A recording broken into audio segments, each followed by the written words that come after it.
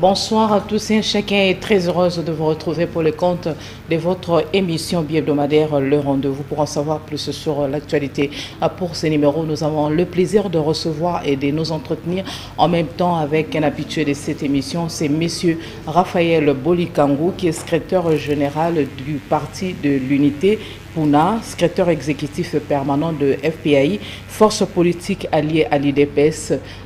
Il est secrétaire général du parti Puna, parti cher à l'excellence Élisée Bokoumouana. Avec lui, nous allons parler de l'actualité, comme je l'ai signifié au départ, l'actualité qui reste dominée par le retour annoncé du président de la République à Kinshasa, la signature d'un accord RDC-Zambie-USA à Washington, le vote de la loi d'habilitation à l'Assemblée nationale, la première rencontre M23 FARDC en terre congolaise, les travaux sur la route nationale numéro 1 sont là les principaux sujets. Vous le savez bien, la pluie qui a arrosé la ville de Kinshasa a causé pas mal de dégâts. Voilà, Monsieur Raphaël, bonsoir.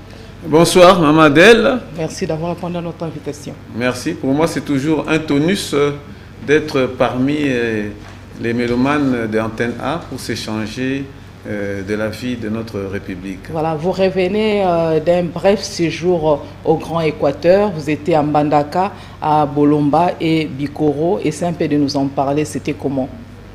Oui, vraiment, c'est une chance pour moi ces derniers temps d'essayer de visiter le Congo profond. Cette fois-ci, j'étais à la province de l'Équateur, au chef-lieu Mbandaka-Ville. Et après une dizaine de jours, je suis allé au fin fond dans les territoires de Bolomba et les territoires de Bikoro. Mais à première vue, je suis allé à Mbandaka, ça fait au moins une dizaine d'années, mais il faut s'en dire que il y a vraiment, Mbandaka s'est élargi, la croissance démographique, la croissance urbanistique. Vraiment, il y a un grand nombre, il y a aussi des activités qui se sont accrues, les petits commerces, vraiment, ça va quand même. Mais j'ai quand même à féliciter le gouverneur de province Bobo au niveau de la voirie urbaine. Il y a vraiment c'est en chantier, il y a quelques avenues qui sont vraiment réhabilitées. Il faut dire aussi, les Transco, j'ai vu les Transco qui circulent dans la ville, qui s'allongent aussi vers la voie Wendy Sikli. Je suis allé vers Bikoro. Mais qu'est-ce qui a justifié votre présence dans les Grands Équateurs? Oui, c'est toujours comme je vous dis, je suis secrétaire général du Parti d'Unité nationale. En même temps, je suis secrétaire permanent des forces politiques alliées à l'UDPS. Nous nous préparons aussi aux joutes électorales. Et au niveau du parti et au niveau de la campagne présidentielle, nous devons battre campagne pour que le chef de l'État, Félix-Antoine Tshisekedi, notre allié naturel qui est l'UDPS, pour qu'il soit réélu. Ça, c'est un leitmotiv pour nous. Évidemment aussi, dans notre charge régalienne, il a fallu que j'inspecte et je redynamise partout où le Puna est installé. Donc voilà, dans l'ensemble. La ville de Mbandaka, sans changement de dernière minute, va vibrer au rythme de la conférence de gouverneurs le lundi prochain. Vous dites quoi par rapport à cette initiative? Oui, toutes les autorités politico-administratives et militaires sont en train sont dans les préparatifs de ce big événement, parce que c'est la conférence des gouverneurs. Toutes les 26 provinces seront représentées par les gouverneurs.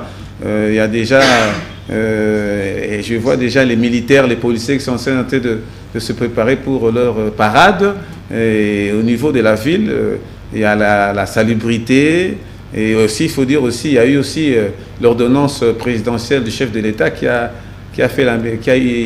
entériné la mise en place de la territoriale. Là aussi, il y a le nouveau maire de la ville et le maire de la ville adjointe qui est du Puna, Madame Odette Njoku. Donc le Puna, nous avons le maire adjoint de la ville de Mbandaka. C'est pour dire que le Puna est en train de battre large. Dans l'ensemble, je vous dis que je pense que la conférence des gouverneurs va bien se tenir. Les immeubles, je vois 6 maisons, on est en train d'aménager le tout. je pense que ça va bien se passer. Voilà, monsieur Raphaël Bolikango, le chef de l'État Félix a rencontré son homologue américain Joe Biden. Est-ce une rencontre de change pour la paix à l'est de la République démocratique du Congo? La rencontre USA-Afrique, c'est ça, c'est une conférence USA-Afrique. Ce n'est pas une conférence RDC-USA, c'est USA-Afrique. Ils visent toujours leur intérêt, parce que nous sommes la plaque tournante de l'écologie du monde, avec nos tourbières, avec nos qualités écologiques, avec l'écosystème multisystème ici que nous avons. Alors, c'est toujours pour un profit à notre égard. Il y a le problème climatique, et quand vous allez un peu plus loin, il y a eu encore, en finale, c'est le protocole d'accord entre USA et l'alliance RDC et Zambie. Mais au cours de ces échanges, ils ne peuvent pas échapper de parler de la situation de l'Est de la RDC, parce que comment harmoniser sur autre chose au moment où à l'Est, ça ne va pas? Moi, je dis que pour le chef de l'État, j'appuie sa présence là-bas parce que la politique de chaise vide ne paye pas. Nous devons y aller toujours, c'est comme nous avez souligné ça. Il doit aller pour participer et aussi profiter pour toujours revenir à la cause de la RDC qui est torpillée. Donc, il va de soi qu'il aille, mais dans le fin fond, il y a toujours ces Occidentaux qui cherchent toujours à nous rouler dans la farine, parce qu'au finish, c'est signer un contrat pour qu'on exploite nos cobaltes, pour qu'il y ait les voitures électriques. Mais qu'est-ce que c'est dans l'assiette du Congolais? Qu'est-ce que c'est dans l'assiette du Congolais? Et on parle encore de dérèglement climatique où le Congo est pays solution. Bon, ces pays-là industrialisés, qui se sont engagés pour payer, les pollueurs payer. Bon, mais non, est-ce qu'ils s'engagent? Est-ce qu'ils donnent l'argent? Tout ça, c'est hypothétique, madame. Mais... Monsieur Raphaël Bolikango, comment et par quels moyens arriver à remettre la paix à l'est de la RDC? C'est ce qui préoccupe au plus haut point. Alors là, moi, je suis là, dans ce cas-là, je suis intéressé par le Conseil de sécurité des Nations Unies. C'est le Conseil de sécurité des Nations Unies qui est la structure la plus habile pour chercher une solution idoine à la paix en RDC. Mais les autres petites conférences là, pour moi, ça n'a pas vraiment une solution pour nous, la République démocratique du Congo. Vraiment, il faudra que la haute diplomatie que le chef de l'État est en train d'engager jusqu'à ce jour, qu'il continue à ça, et que les voies diplomatiques, comme nous l'avons souligné toujours, les voies diplomatiques, on ne peut pas s'en passer, mais je suis très content qu'au niveau des forces armées de la République démocratique du Congo, il y a un remue-ménage, et maintenant il y a une reprise en puissance.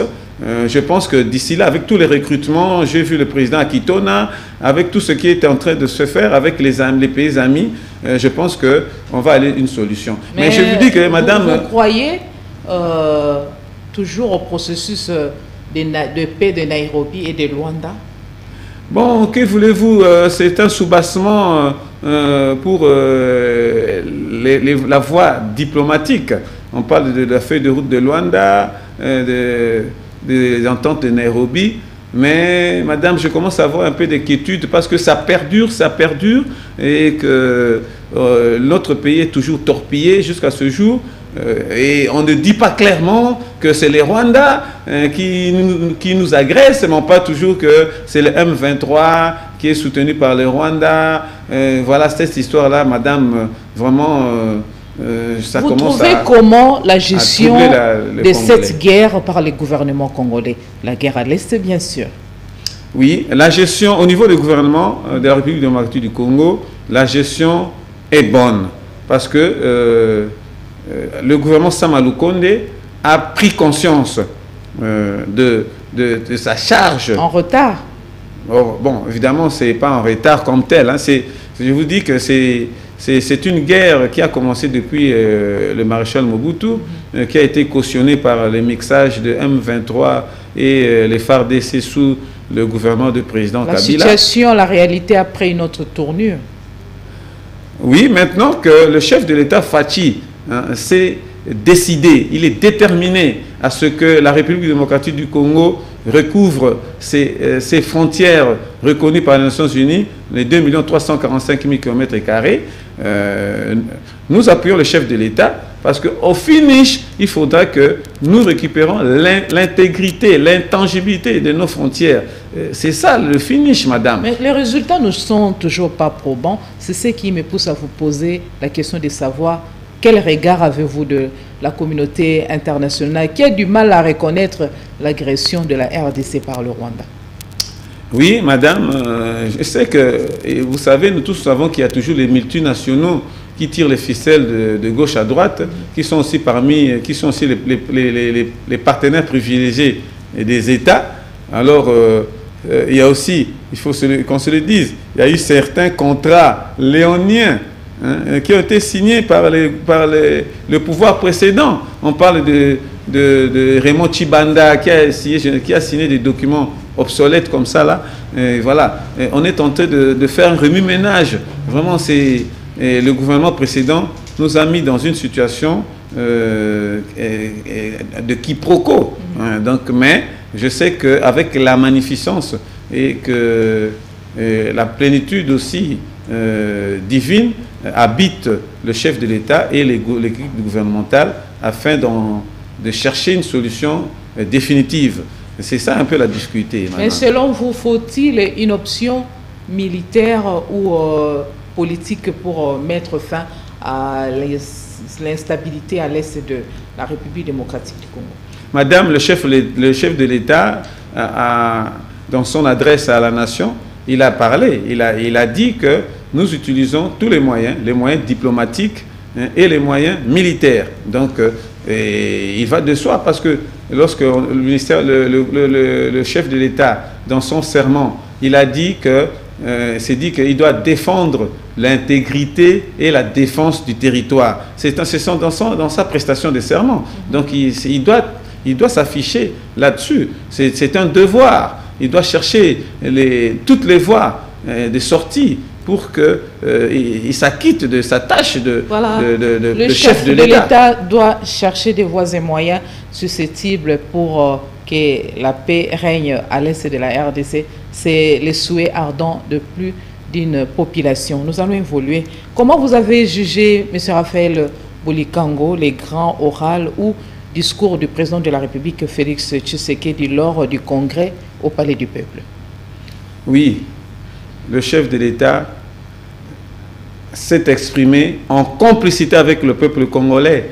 Il a fait sortir tout ce qu'il avait dans ses tripes, tout le patriotisme il a exprimé qu'il est un vrai Congolais et que la souffrance du Congolais, il sait que c'est lui le garant de la nation et qu'il a ça sur sa tête.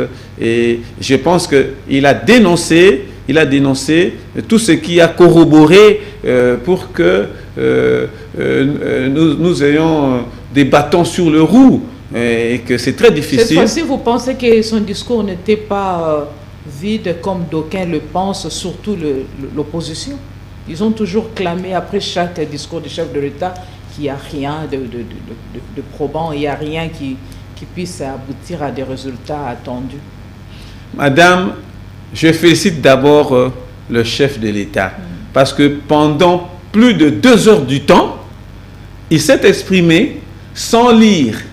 Et tout ce qu'il a dit, c'est sorti de ses tripes, de son cœur. Mais ce sont les actions. La population a besoin des actions, pas de longs discours quand même. Mais vous savez que c'est un discours sur l'état de la nation. Il devait un peu esquisser tout ce qui s'est passé pendant l'exercice 2022. Parce que je pense que dernièrement, dans une des émissions que nous avons tenues ici, vous avez dit que le chef d'État ne s'exprime pas. Je vous ai dit que le chef d'État ne peut pas s'exprimer à tout bout de champ. Il y a les porte-parole du gouvernement, il y a les ministres des Affaires étrangères. Je vous ai dit que, attendez, le chef de l'État va se prononcer en long et en large lors de son adresse à la nation. Et voilà, c'est que c'est fait. Il s'est adressé à la nation. Toutes les questions brûlantes de l'heure ont eu leur réponse par cette adresse du chef de l'État, Félix-Antoine Tshisekedi Tshilombo. Chapeau bas au chef de l'État pour son adresse, mais vous trouvez que ça a convaincu la population? Mais plus d'un commun de mortels, hein, mais c'est pas à 100% que on peut l'applaudir, mais il a convaincu plus d'un commun de mortels comment il conduit les affaires de l'État et comment il entend parachever son mandat et entamer le second mandat. Voilà le retour annoncé du président de la République à Kinshasa. Il est venu, il va regagner Kinshasa en vue de s'enquérir des réalités des pluies diluviennes qui ont arrosé la ville de Kinshasa. Il y a eu des dégâts matériels importants et des pertes en vies humaines signalées.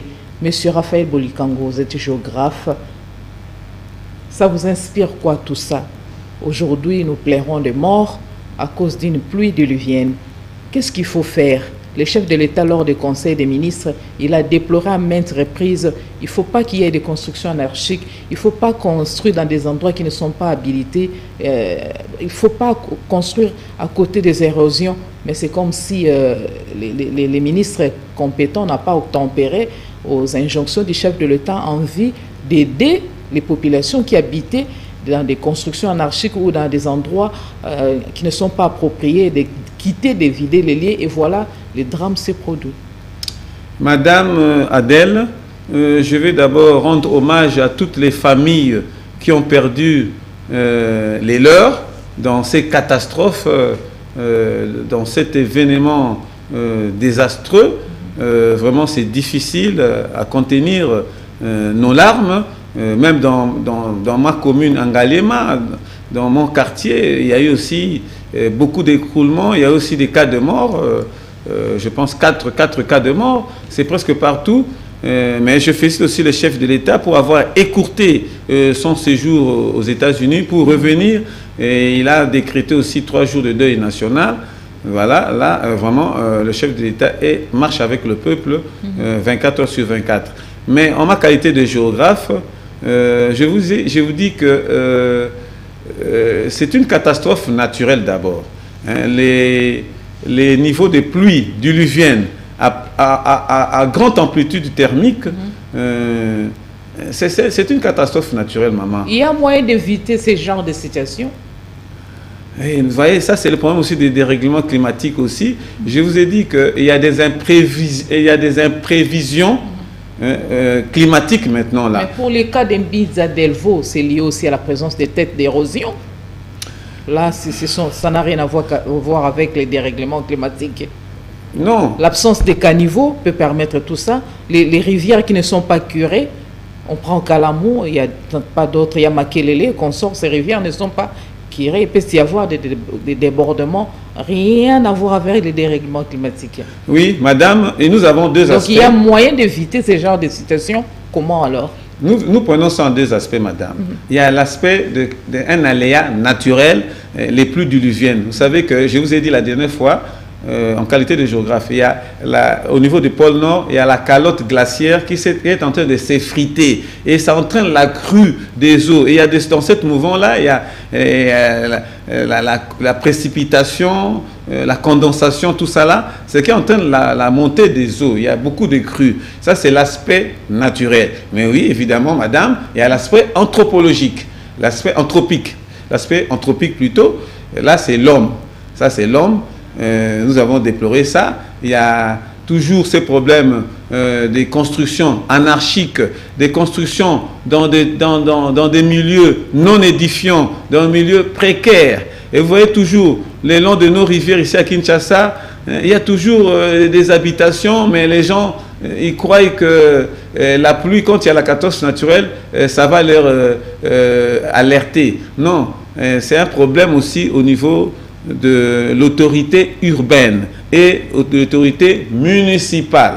Hein. Ils doivent ouvrir l'œil, ils doivent empêcher.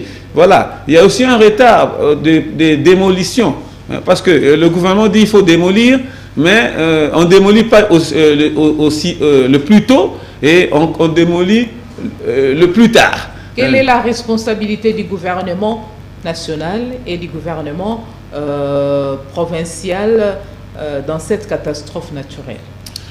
Bon, dans cette catastrophe naturelle, c'est un problème de... Il faut quoi? Il faut prévenir hein, un problème de prévenir les catastrophes. On prévient les catastrophes par quoi? Par les drainages des eaux usées. Le drainage des eaux usées. Et vous voyez les problèmes des caniveaux. Hein. Et d'ailleurs, même dans les normes urbanistiques, avant de lotir un milieu, il faut d'abord tracer il faut la trame viaire. C'est comme si on prend l'exemple par... Il faut mettre les caniveaux. Il y a des quartiers champs de tir à Binzao Zone. C'est vraiment un quartier viable, mais on constate qu'il y a absence de caniveaux. Mais c'est ça, madame, dans la réglementation hein, de l'urbanisme. Hein, il faut d'abord lotir un milieu hein, avant... il faut d'abord lotir le milieu, mettre la trame vière, les caniveaux, les passages de tuyaux d'eau, les passages de câbles d'électricité, et après, vous lotissez ça en faveur de la population. Mais ici, on donne d'abord la population les terres et les caniveaux, ça ne vient même pas après. Ce sont les privés qui doivent faire ça. Je pense au niveau de la ville, l'hôtel de ville doit tirer beaucoup d'attention et c'est vraiment à charge du gouverneur de la ville et de ses services. Ils doivent démolir et délocaliser. Il ne faut pas seulement démolir parce que les gens qui habitent dans ces milieux-là, dans les berges des rivières, ils ont eu l'autorisation soit de l'autorité municipale, soit de l'autorité urbaine. Ils doivent délocaliser ces gens-là et démolir. C'est deux opérations. Il ne faut pas démolir, vous allez laisser les habitants où? Il faut délocaliser et démolir. Et nous allons avoir une bonne solution. Je pense que j'ai vu le Premier ministre avant-hier là, à Matadikiba, là, et dans son speech, il a encore rétorqué là-dessus. Je pense que le gouverneur doit être vraiment sec, sinon alors ce sera des sanctions pénales. Pour contraindre le retombée négative après chaque pluie diluvienne à Kinshasa, il faut aussi une bonne lutte érosive. Mais madame, mais il y a tout un programme. À ce que nous sachions, il y a tout un programme. On parle de Kinbopeto, on parle des drainages, tout ça. Il y a tout un programme que l'hôtel de ville est prié d'appliquer.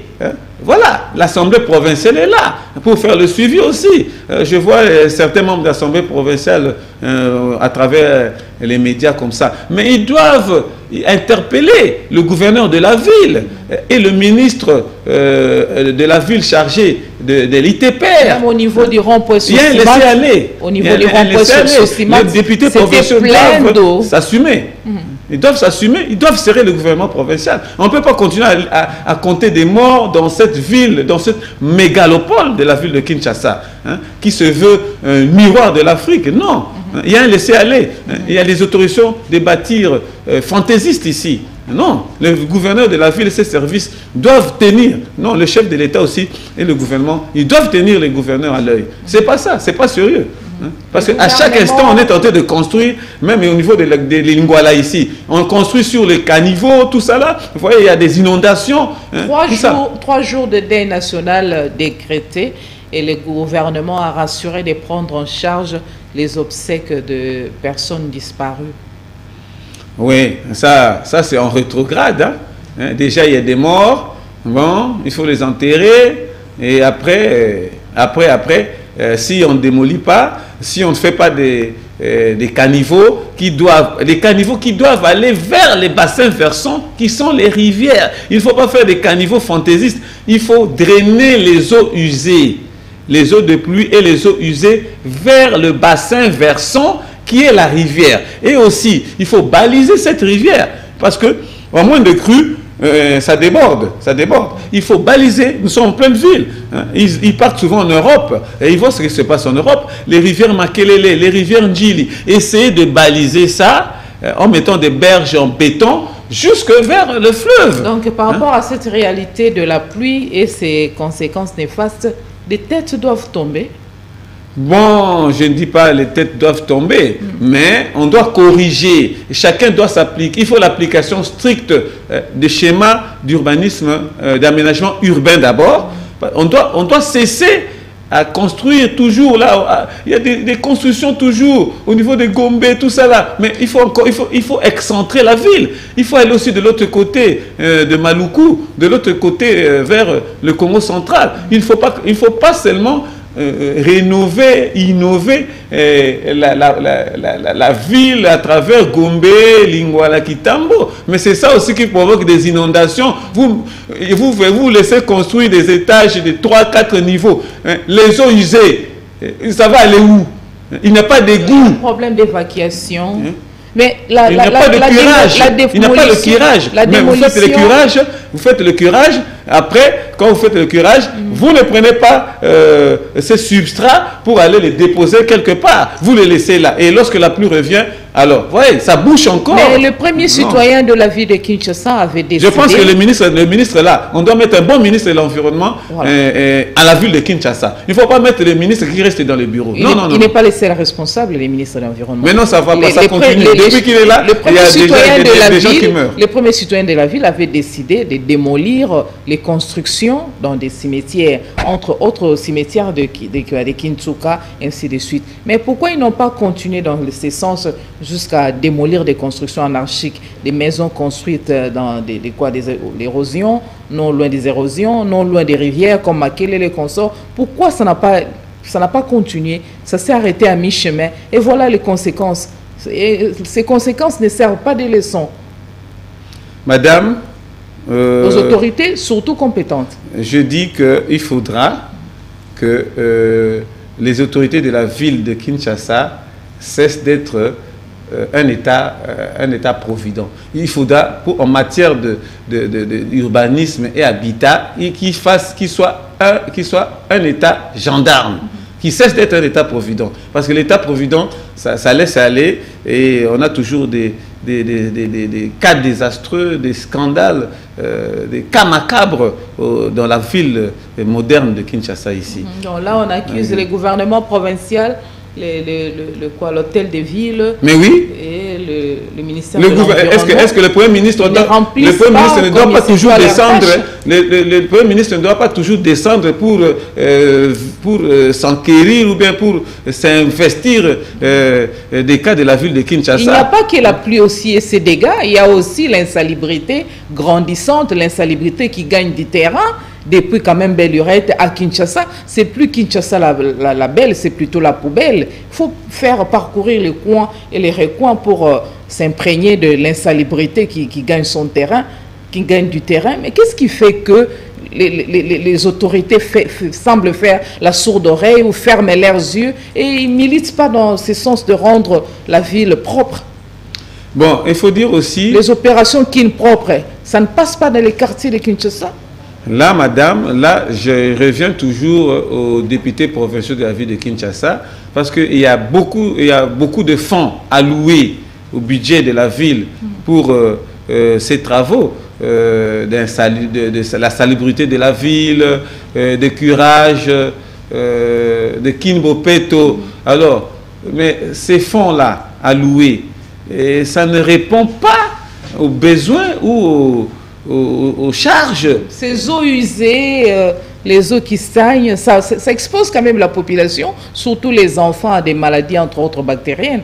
Mais là, oui, tout ça là, c'est pas intéressant. Mais oui, madame, nous sommes exposés aux maladies hydriques. Même au niveau de la ville, là, quand vous voyez, il y a les inondations. Les gens maintenant marchent sur les eaux là. Ces eaux là, hein, ça cause des maladies hydriques. C'est beaucoup d'épidémies. Moi, je pense que vraiment, il faudra que le gouverneur de la ville s'évertue là-dessus. Plus de 150 morts, c'est pas peu quand même ça. Ça fait plaisir à personne. Il faudra maintenant qu'il ferme les yeux quand il s'agit de démolir les constructions anarchiques, les habitations dans le milieu non édifiant, que le gouverneur de la ville ne ferme les yeux, qu'il ne regarde pas que celui-là est celui-ci, celui-là est celui-là. Il faudra que toute l'action soit collective et centralisé. Voilà, processus électoral en République démocratique du Congo. M. Raphaël Bolikango, secrétaire général du Parti de l'Unité nationale Puna. Comment jugez-vous les calendriers électoraux? Et ces calendriers est réaliste ou c'est une utopie? Non, madame, la CNI est à féliciter d'abord parce qu'il s'est ressaisi par rapport au calendrier électoral et que... Ne félicitez pas en vain quand même. Quels sont les exploits de la CENI qui nécessitent de félicitations par exemple? Bon, jusque-là. Bon, jusque-là, il y a eu quand même la cartographie. Il y a la cartographie qui est déjà effective, qui est déjà à la portée de tout le monde. Bon, mais il y a comme... La du fichier électoral?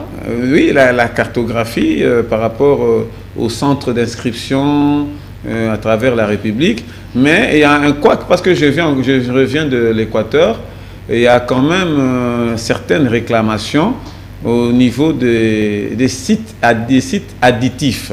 Parce que, bon, il fallait un peu écourter les distances entre les centres de vote. Mais on avait dit que ça soit plus de 5 pas, pas plus de 5 km.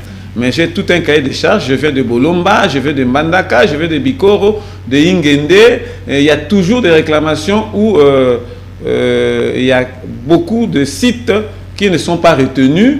Et ça demande un remue-ménage. J'ai même un plaidoyer que je suis venu avec, on doit donner à la CNI. Il y a beaucoup de vides. Et puis surtout en un mois, en 30 jours, c'est difficile pour avoir un grand nombre d'électeurs. Et en plus de cela, madame, il y a la population qui est venue vers moi aussi pour dire que la plupart des opérateurs des saisies qui ont été recrutés ne sont pas qualifiés, ne sont pas à mesure de faire peut-être 50... donc, ce sont des apprentis. Ce sont des apprentis à l'ordinateur. Voilà, c'est ce que la population m'a dit. Hein. Je reviens des Grands Équateurs. Hein. Donc, et voilà aussi. La CENI doit tenir compte de tout et ça. Aussi, il y a aussi la période aussi. Hein. Il faut tenir compte en Madel. La période de décembre, il y a la crue d'eau.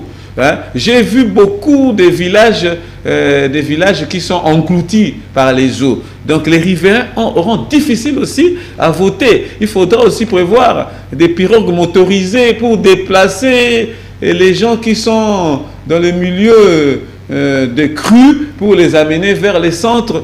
Bon, là en tout cas, je pense qu'il y a quelque chose encore à faire pour que les élections se déroulent à bon escient. Le gouvernement a décidé de financer lui-même les élections. Ça sera possible? Vous pensez que ça ira?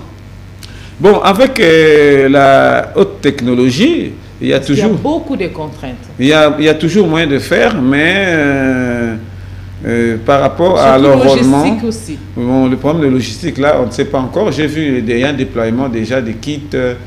J'ai vu en Mbandaka les matériels de la CENI qui sont en train d'arriver. Bon, je ne sais pas. Ils ont l'armada. Nous allons voir. Ils ont l'armada pour déployer, d'après ce qu'ils nous ont dit. Nous allons voir ça sur le terrain. Nous ne sommes pas allés visiter l'hangar où on a gardé. L'opposition s'inquiète. La CENI ne communique presque pas. On ne sait pas pourquoi. Vous pensez qu'avec aussi la guerre à l'Est, les élections seront possibles? Bon, d'abord, avec la guerre, maman, là, on met un peu de côté la guerre. Hein. Et il faudra d'abord que les gens s'enrôlent. Ce n'est pas une première qu'une partie des territoires ne soit pas prise en compte à temps réel. Je pense que nous devons laisser la CNI faire son travail. Hein, et que, évidemment, si nous avons des... Comment laisser la CENI faire son travail au moment où il y a un désordre signalé déjà bien entretenu par les agents de la CENI? Parce que tout à l'heure, là, vous avez déploré les recrutements dans certains bureaux de vote, des personnes, des apprentis, des incompétents, des fils qui ne maîtrisent même pas comment fonctionne l'ordinateur. C'est grave déjà, dès le départ. Oui, là, ça sent déjà la tricherie. Bon, ça c'est une assertion d'une frange de la population, mais la CNI est appelée aussi à écouter les critiques je pense que ils vont essayer de recadrer avant qu'il ne soit trop tard.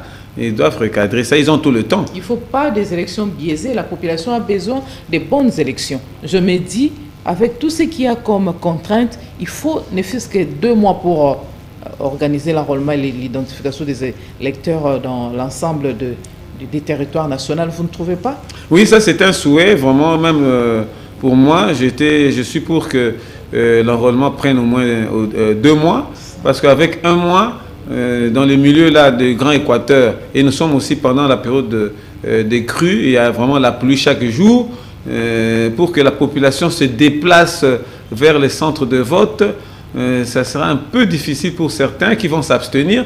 Vous savez, dans les milieux ruraux, la politique ne tient pas vraiment les gens.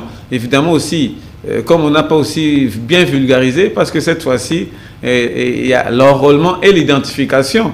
Est-ce que vraiment la vulgarisation est allée jusqu'en profondeur pour dire aux gens que cette fois-ci, soyez sur vos gardes, parce que ce n'est pas seulement l'enrôlement pour avoir la carte d'électeur, mais de cet enrôlement, cette fois-ci, il y aura les récépissés qui vont aller à l'ONIP pour l'octroi de la carte d'identité. Parce que les élections de 2028, on ne fera plus ça avec la carte d'électeur. On fera ça avec la carte d'identité. Donc il faudra vraiment qu'il y ait la majorité de la population qui soit enrôlée en vue de faciliter l'ONIP. Là, je pense qu'au niveau du comité de mutualisation, CNI, ONIP, en tout cas, quelle est la plus il y a grande encore responsabilité, il y a encore la matière. La plus grande responsabilité de l'ONIP, mais non même.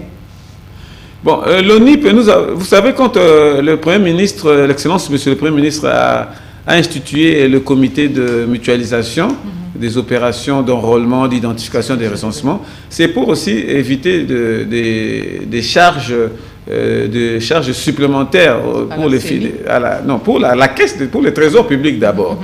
Alors, vous savez que l'ONIP, lui, il identifie toute la population de 0 année à X années d'âge et de tous bords à politique et politique. Mais l'ONIP doit profiter de la strate, de la segmentation des enrôlés pour qu'il verse ça dans son data center pour que, en fin de compte, quand il va poursuivre avec les apolitiques, les nouveaux-nés, tout consort, pour qu'il y ait la statistique raisonnable par rapport au niveau de la population qu'on doit publier, quoi. Un nombre de population de la République démocratique du Congo. Vous savez, ça fait plus de 40 ans qu'on ne sait plus, on estime seulement qu'on est dans les 100 millions, dans les 115 millions, mais les statistiques ne sont plus réelles. Donc, c'est ce qui fait que l'ONIP doit profiter directement de l'enrôlement des électeurs pour avoir déjà cette segmentation de la population. Donc, c'est ça le problème de la mutualisation. Alors, je ne sais pas, je pense que l'ONIP et la CNI sont en cohérence, mais il faudra que l'enrôlement, ce processus-là, atteigne le plus grand nombre de populations, parce que s'il y a moins d'enrôlés, c'est qu'il y aura aussi moins d'identifiés. On accuse aussi la CNI de ne pas bien communiquer. On ne le voit pas, on ne voit pas les bureaux de la CNI ou les acteurs de la CNI envahir le média en ces temps-ci, en vue de vulgariser, parler de l'enrôlement, de l'identification. Il faut à ces moments une sensibilisation tous azimuts.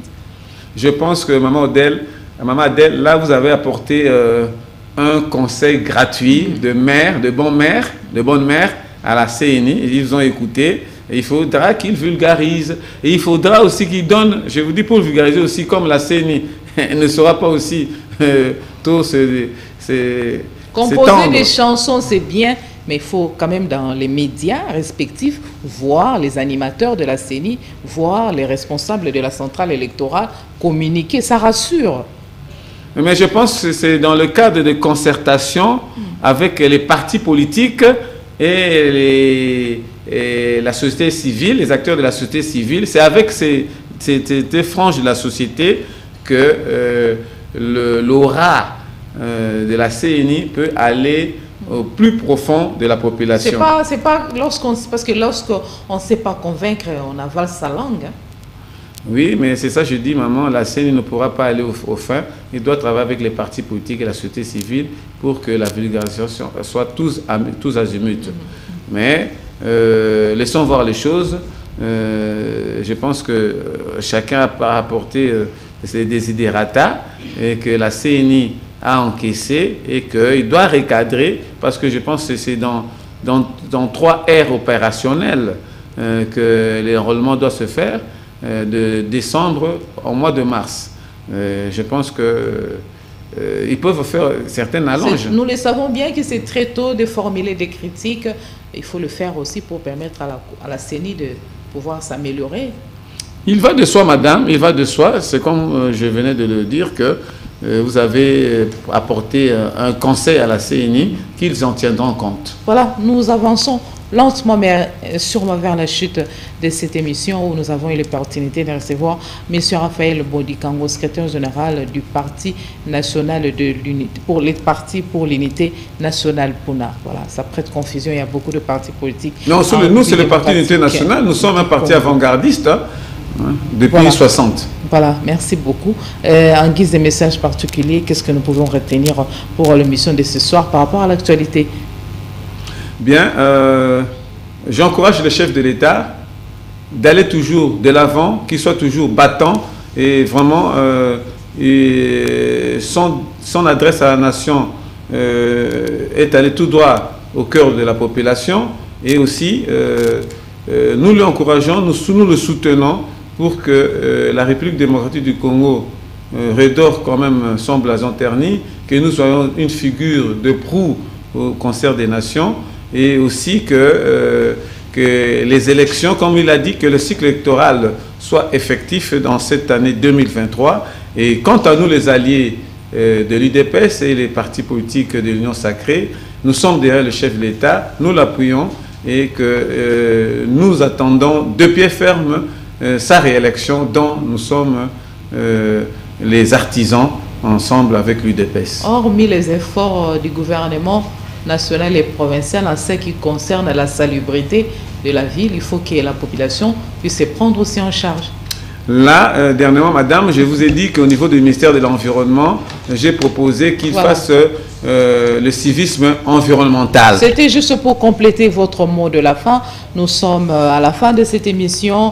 L'émission qui vous aimez bien, sur la chaîne de référence Antena, le rendez-vous politique. Nous avons échangé avec le secrétaire général du Parti de l'Unité nationale.